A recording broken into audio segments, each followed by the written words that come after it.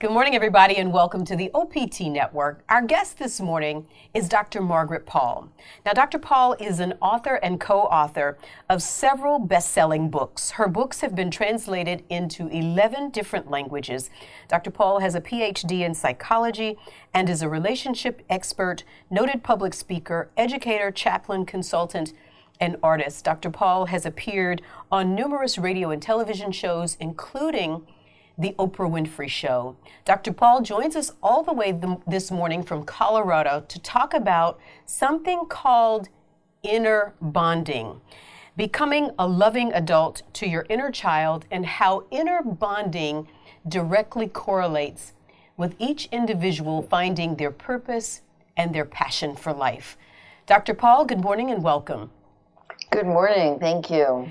It's such an interesting concept, and until I started reading your book and blog and articles, I never really heard the concept of inner bonding. Talk about when inner bonding became your life's work. Well, I worked as a traditional psychotherapist for 17 years, and I had tons of my own psychotherapy, and I wasn't happy with any of it. It just didn't seem healing to me. People kept having to come back. I wanted a process that they could learn, they could do on their own when they needed it.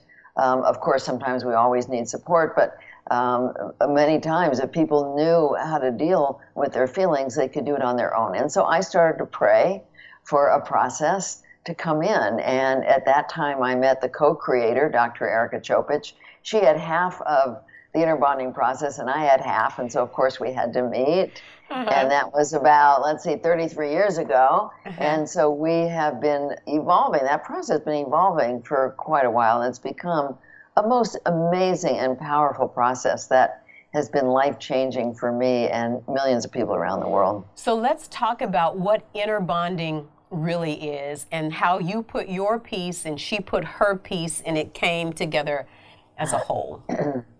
Well, inner bonding is a psychological and spiritual process. It's mind, body, spirit. It helps people to learn how to be present with their feelings and take responsibility for them. It teaches them how to access their false beliefs that are limiting them, and it teaches them how to access their higher guidance, whatever that is for them, in order to discover the truth about their beliefs and what's loving to themselves, what's in their highest good. Dr. Chopich had the piece about the inner child. I didn't know anything about that. I had been brought up to take care of everybody else's feelings, and I didn't know anything about my own. And we call our feeling self the inner child. And so she had grown up in a difficult family, and she knew that she had to take care of her own feelings. And I had the aspect about, I had realized that at any given moment there's only two intentions. One is the intention to learn about loving yourself, and the other is the intention to protect against pain with some form of controlling behavior. So I had that piece. So we met and we started to put it together, and of course Spirit just came right through and helped us to set out these steps, these 6 steps. So when did you guys know that this would be truly a spiritual journey, that it was something much greater than yourselves? We actually knew very early, because this was around 1989, 1990, when the process really came through, it was like, wow, oh my God, this is what we've been looking for. Wow, this is so different than psychotherapy. This is what it's all about. We knew it, but it took a long time for the process to actually develop and evolve, and it took time for us to really learn it. I mean, we got the steps, but we had to learn them. We had to do them.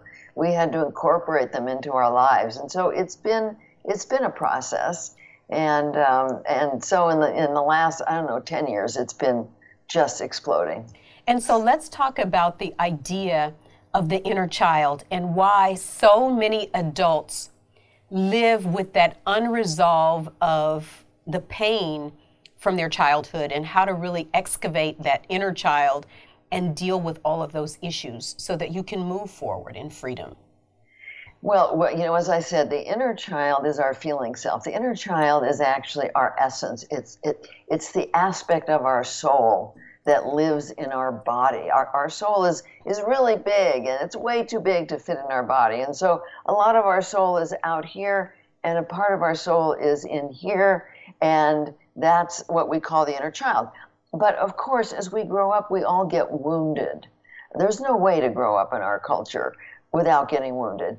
And out of that wounding, we develop false beliefs.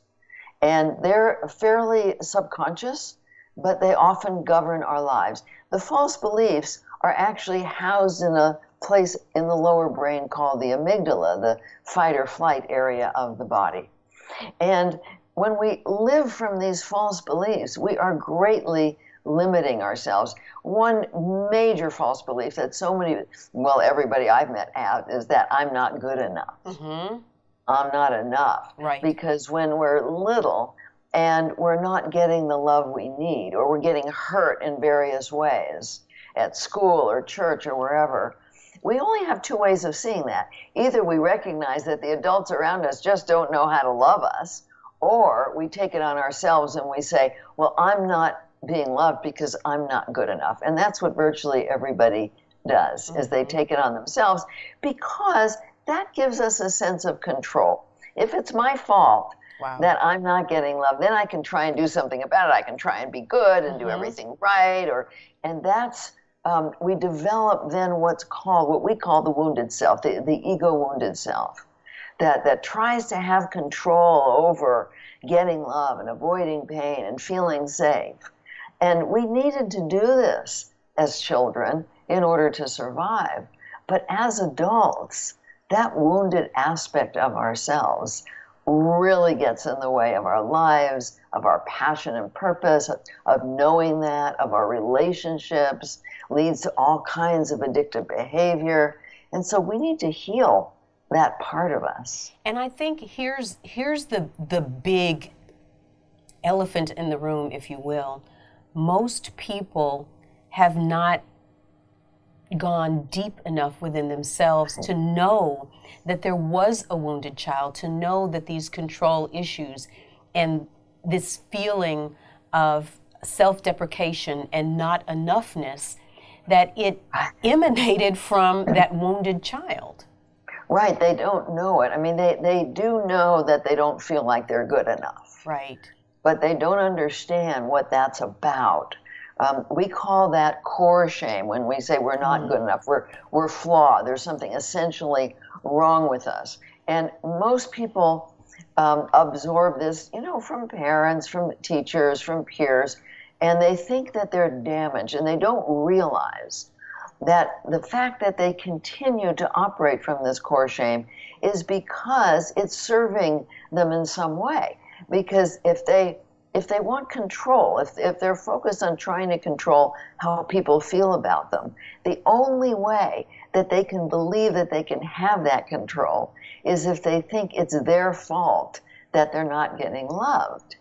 And so this is a little complicated, but you know, if we completely accepted that we have no control over how other people feel about us, like you have no control over how I feel about you, I have no control over how you feel about me. Right. We each decide for ourselves. People don't want to know that. They want to think they have control over other people and how they feel about them and how they treat them.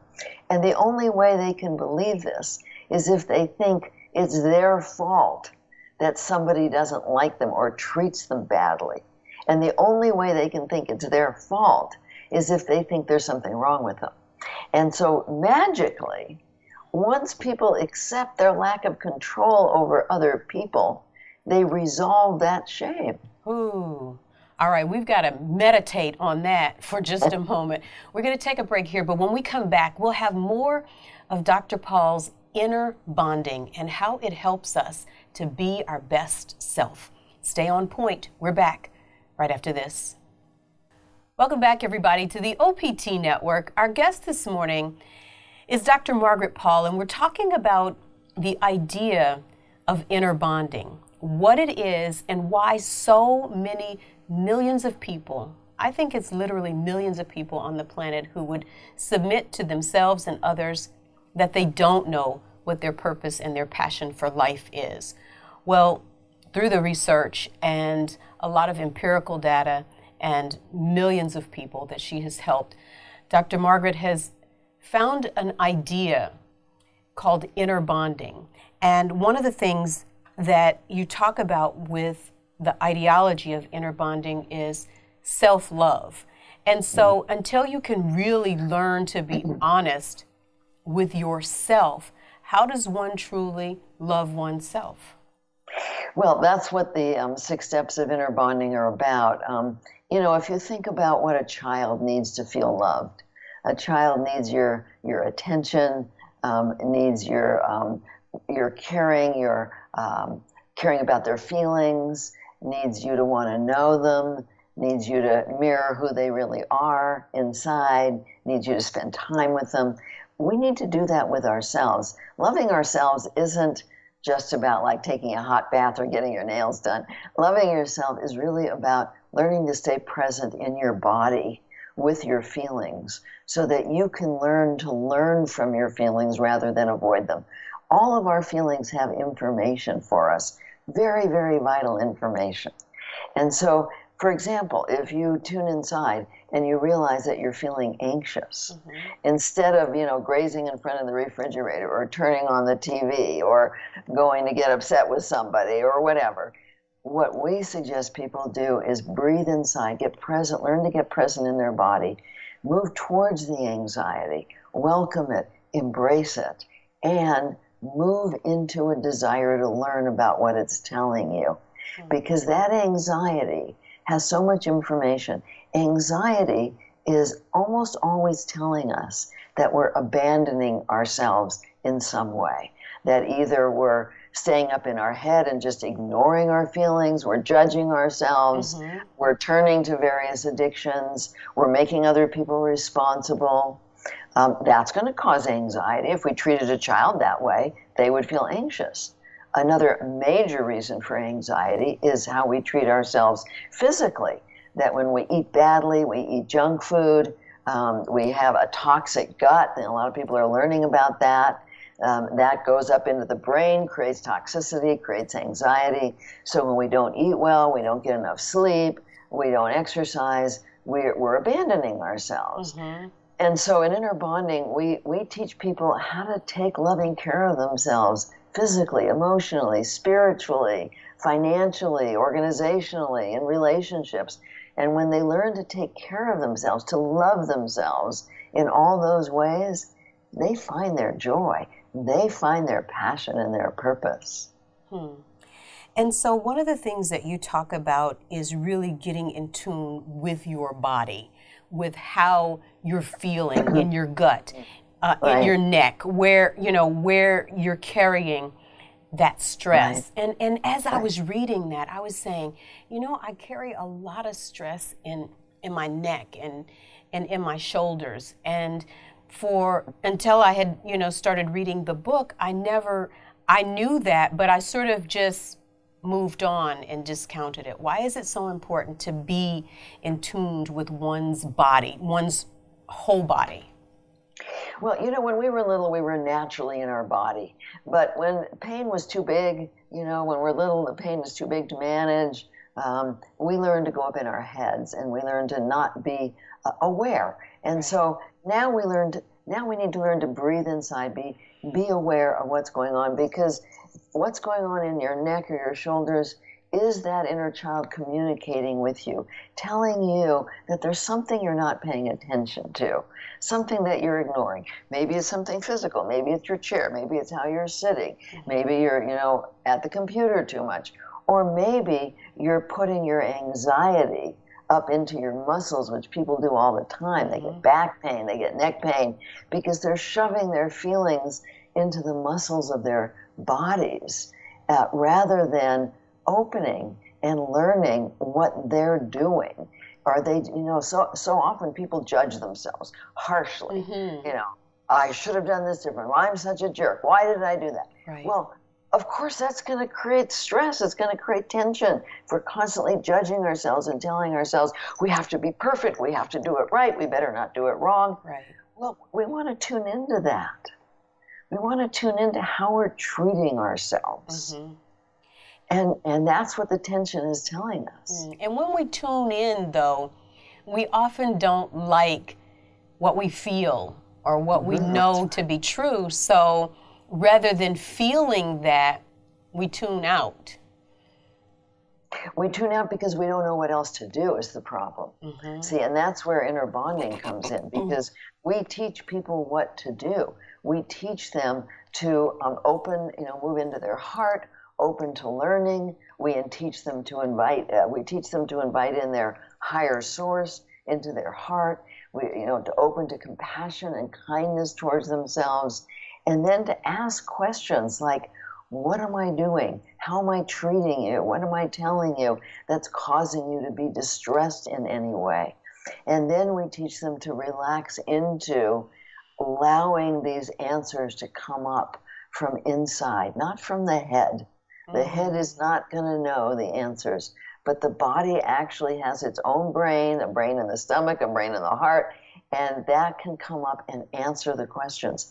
And then when we understand what we're doing and we go into why are we doing it? Where did we get this behavior? What beliefs did we establish as we were growing up? And we get a full picture of how we're treating ourselves that's causing distress.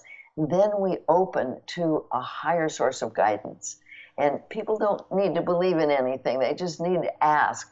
They need to say, what's true about having to be perfect all the time? That if I'm perfect, I can control how people feel about me. Right. What's true or not true about that? And what would be loving? What would be in my highest good?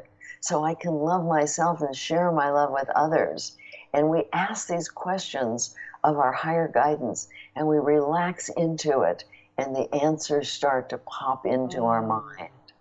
That in itself, Dr. Paul, is so soothing and so almost relinquishing, because I know for me, for a lot of years, and I still grapple with it, and I'm sure others do, we felt like somehow we had to do it. And I know personally that there's a source higher and greater than myself that is working on my behalf, but it's allowing yourself, as you say, to sort of just melt into that and allow that source to bring the answers and to bring the things that we have sought and are seeking. Yes, and it's asking the question with a deep desire to learn that opens the door to that information. It's not about asking for the lottery numbers. It's about asking. Right. Yeah, it's about asking about love. It's about asking what's loving to ourselves, what's loving with others. When we ask those kinds of questions, asking what's true and what's not true, then Spirit is there, always there, holding us in love, comforting us, bringing us the answers that we need. And, like I said, people don't have to believe that. If they start to ask, they will receive answers. One way or another, Spirit will find a way to answer, whether through your dreams or popping into your mind or talking to somebody else or opening a book. The answers will come. They will always come. They may not come immediately, but they will come. Yes. Let's get a break here, but when we come back, we'll talk about how purpose plays into our inner bonding. Stay on point. We're back right after this. Welcome back, everybody, to the OPT Network. Our guest this morning is Dr. Margaret Paul, and we're talking about inner bonding, learning to really understand and know ourselves so that we can then go out and release the gifts and talents that we have into the universe, into the world, i.e. following our passion and our purpose. And, we were talking about the inner child and really understanding those things that make us who we are, and then starting to do the work. And then after we start to do the work, how then do people who have not been connected with their purpose in life and their passion in life, How then do they start to connect with that, Dr. Paul? Well, within that essence, that inner child, that soul self, there's a blueprint. We all have a blueprint for why we came to the planet and what we're here to manifest, what we're here to offer the planet. The problem is that when we were little and we didn't get the love we needed, we decided that who we were, as we said, isn't good enough. So we shoved ourselves aside and we went about creating this ego-wounded self. Well, now we can begin to uncover that beautiful essence within us, that soul self, that has the blueprint. And the more we open to who we really are, that God self within us, the more that inner child lets us in on what truly brings us joy. And what brings us joy is the blueprint, what we came here to do. So many of us were taught that, well, if it's easy, it doesn't matter. That's just not true at all. What's easy is what our blueprint is. What's easy for us is what we came here to do. Like for me, what I do is easy for me. I've always done it. People were coming to me when I was 5 years old for my advice. I mean, it's natural. It's the most natural thing in the world for me. I don't have to think about it. It just comes. And so because it's the easiest and most natural thing for me, it is my passion and purpose. But people often discount what they love. They discount what brings them joy. They discount what's easy and natural for them because they think they should be doing something else, excuse me, and then they go to do it and they're miserable doing it. And do you think that inner child has to be totally healed before? No. Okay. Oh, no, there's no such thing as totally healed. This is an ongoing process. It's just it's a way of life of going deeper and deeper into knowing ourselves, into learning to love ourselves. No, actually, it happens fairly quickly as people open to attending to their feelings and taking loving care of themselves. That inner child will let them in fairly quickly on what they really want, what really brings them joy. It's about developing what we call the loving adult self. And this is part of Innerbonding. The loving adult self is who we are when we're open to learning about what's loving and we're connected with our higher guidance. Then we're in a compassionate, loving adult state.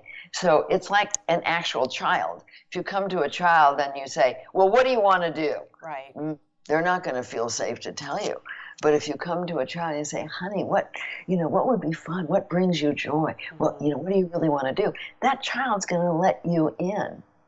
And so we need to develop that loving adult self, that loving, compassionate, accepting part of ourselves.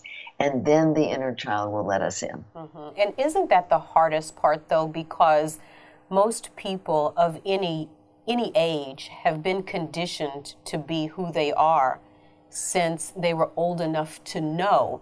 And so if you've been doing those same things for some 20, 30, 40, and beyond years, how do you now make the switch to love yourself, to honor yourself, to respect yourself, to do all of the things in love and be compassionate for oneself that we should do?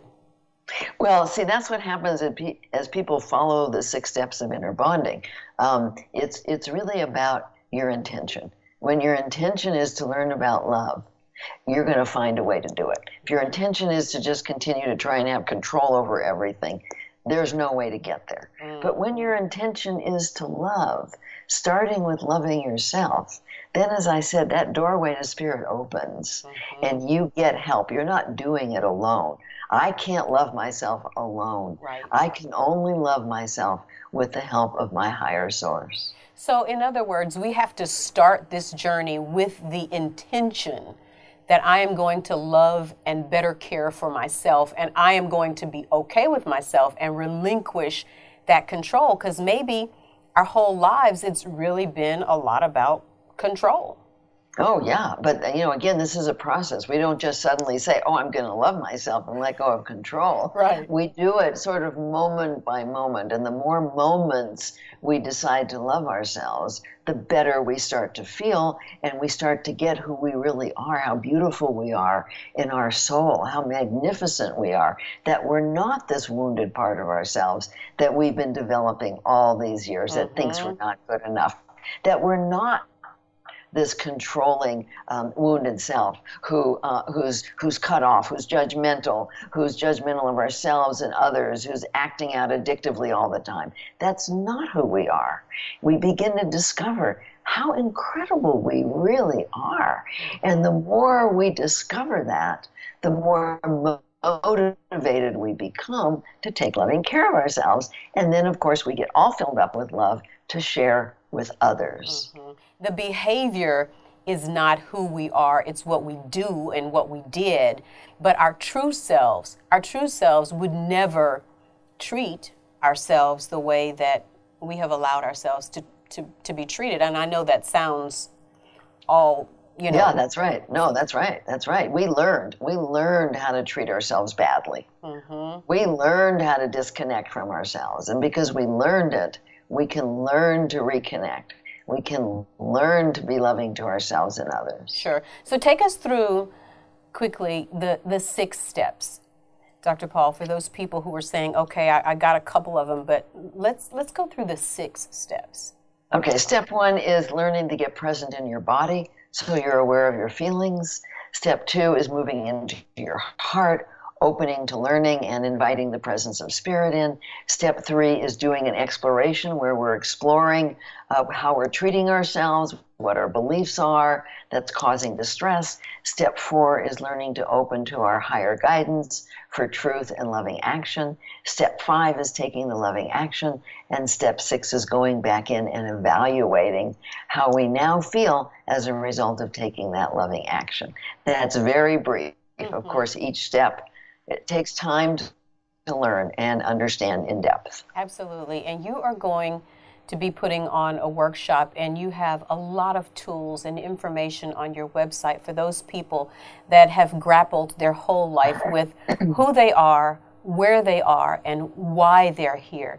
Talk about how people can connect to the wonderful work that you and Dr. Chopich are doing.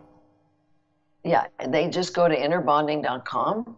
And in a couple weeks, I'm doing a 30-day at-home course on passionate purpose, vibrant health. It's a wonderful course to help people learn to tap into why they're on the planet and also how to have the energy to manifest what they want. And so this is at home. It's quite inexpensive. They do it in their own time. If they can't do it in 30 days, it's okay because they have all the videos, all the audios, all the material. But I have a forum that's just for that course where I'm on there every day answering questions. We have a once-a-week coaching call where I work with people and answer questions. So it's a wonderful way of learning about your passionate purpose.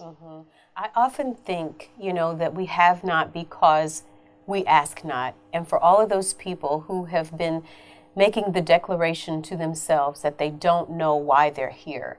And some people having lived 2/3 of their life or, ending their life and still don't know why they're here. That's why, Dr. Paul, we thought that your work and this conversation is so important. Not that it will happen in 30 days or overnight. It is a process. But talk about just really quickly how you get past all the fear to just start. Just start. Yeah, well, you have to have some inner desire. You have to have some inner knowing that there's more to life than what you've been experiencing. You have to have some desire to learn and grow in order to start. But the first thing that people can do to start is just start to use their breath to get inside their body. Just follow your breath and get inside your body and start to be aware that there's communication happening inside that you need to pay attention to. Dr. Paul, it has been absolutely amazing Thank you so much for your work and your commitment to your passion and helping others find theirs. Well, thank you. It's been a joy to be with you. Indeed. Stay on point. We're back right after this. Good morning, everybody, and welcome. I'm Carlette Christmas. And I'm Glenda Stock, and this is our final point today, On Point. Glenda, our guest this morning, Dr. Margaret Paul, has been on the Oprah show. She has been on the national scene for a lot of years, and she's spent the last 40 to 50 years really helping people to understand how to truly love oneself. And so I, too, sort of have been on a quest about self-love and what it is. And for so many millions of Americans, I think especially women, and I just say women because I am one, you know, we think if we take care of ourselves, if we get our manicures, our hair done, we get massages, we do all of those little things, or even big things, we go on trips, that we really love ourselves. But she goes deeper into the psychology of what self-love is. And it's really taking care of that inner child that may have been wounded when you were younger and never healed. And so that was really the premise for her work in this conversation. Very insightful, you know, and powerful words to listen to her share with us and the group that she has researched with and their findings of how we bring that baggage, so to speak, I think, how we call it, into our adult world and attempt to hold on to those wounds that are very real and happen, and let those scars begin to affect us as adults and how we treat ourselves and how we allow others to treat us. And how we react to situations. And, you know, we think so often that happened 15 or 20 years ago. And, you know, I can remember comments being made in situations that I was in as a child. And, well, they're just kids. They're just kids. They'll get over it. Right. They'll get over it. Divorce being, you know, conversations like that. And guess what? They don't. They don't. Right. They're heavily impacted by that.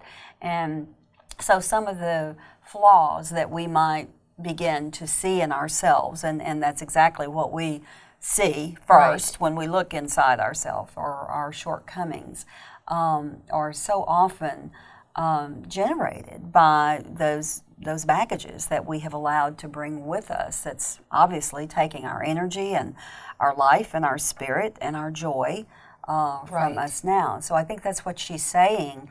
To let that go and look deeper and learn to love yourself and learn the good things and learn the pluses and learn the strengths that you have. Right. And when she talks about yourself, she's talking about your spirit, your true, your real self.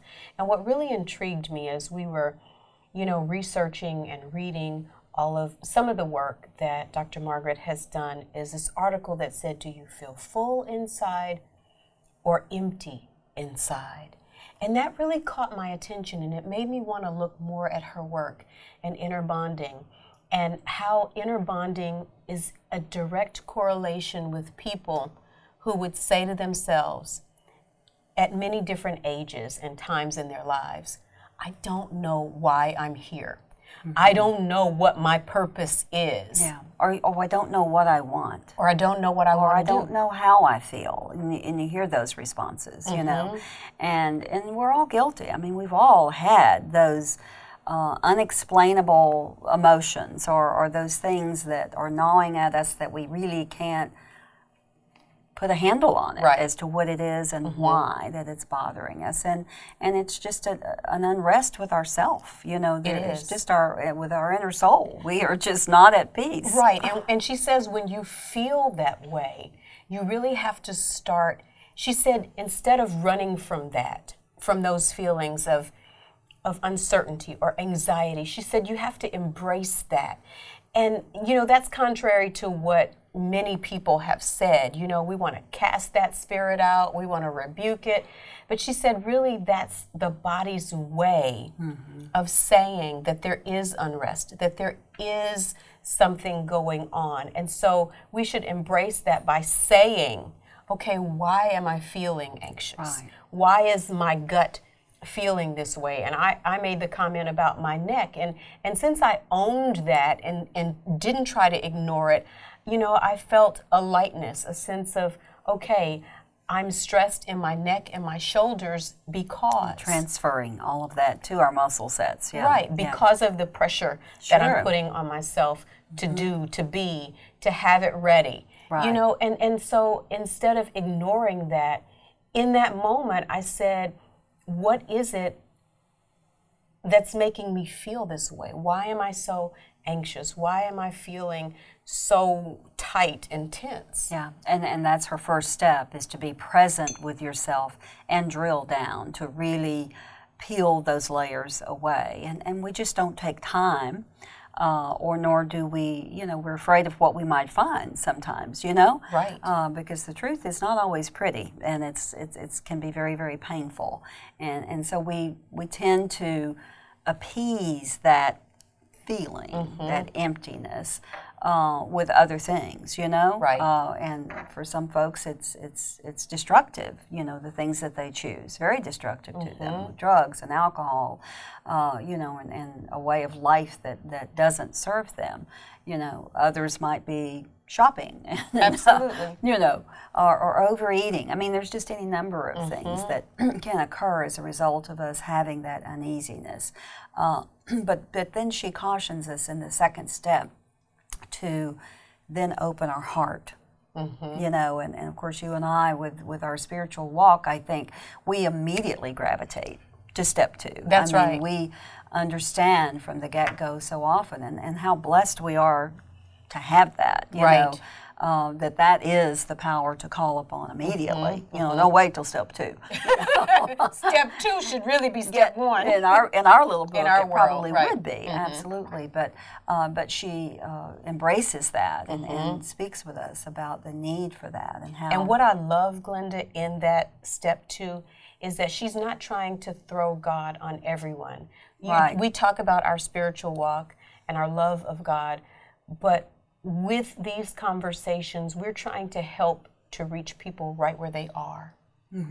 And right where you are might not be where you want to be. But if you can start right where you are, and what I like the most about this process is it's self-work. Right. So, yeah, it's great to go to a therapist if you can and if you will, but if you can't, do you have the courage to start the work on yourself, Right. for yourself, for the greater good of why we're here? And promise, being promised by doing that the results will be much longer lasting. Yes. You know, that's with any change that we choose to have in our life, when it really clicks within us, you know, that this needs to stop and we need to adopt this set of behaviors and we need to let these go.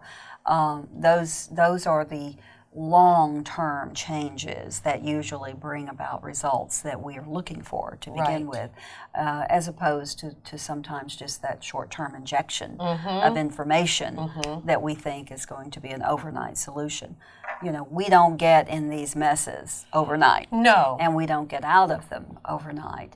And so it's a change in our mindset and daily, and adopting, just replacing those negative thoughts about ourselves, never being good enough, never measuring up, never having it right, never getting it together, never having succeeded in this, Right.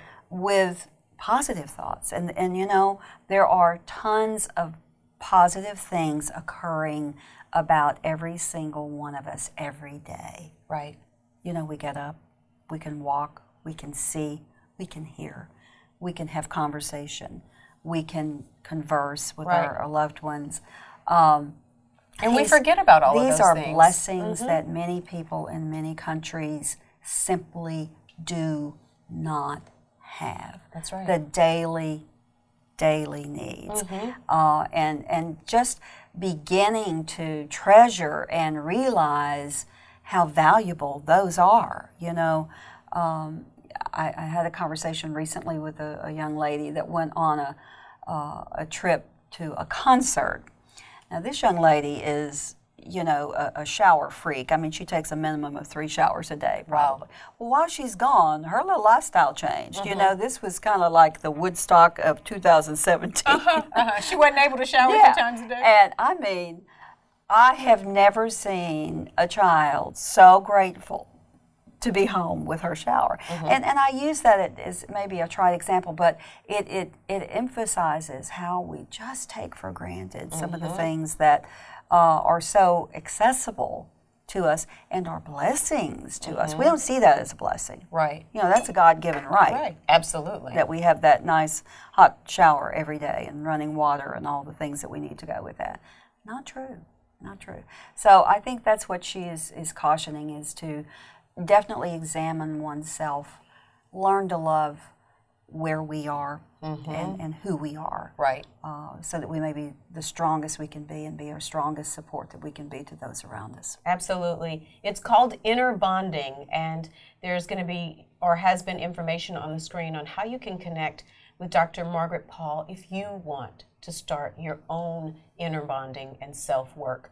We're out of time for now. I'm Carlette Christmas. And I'm Glenda Stock, and this has been our final point today on Point. Stay with us. We're going to wrap up right after this.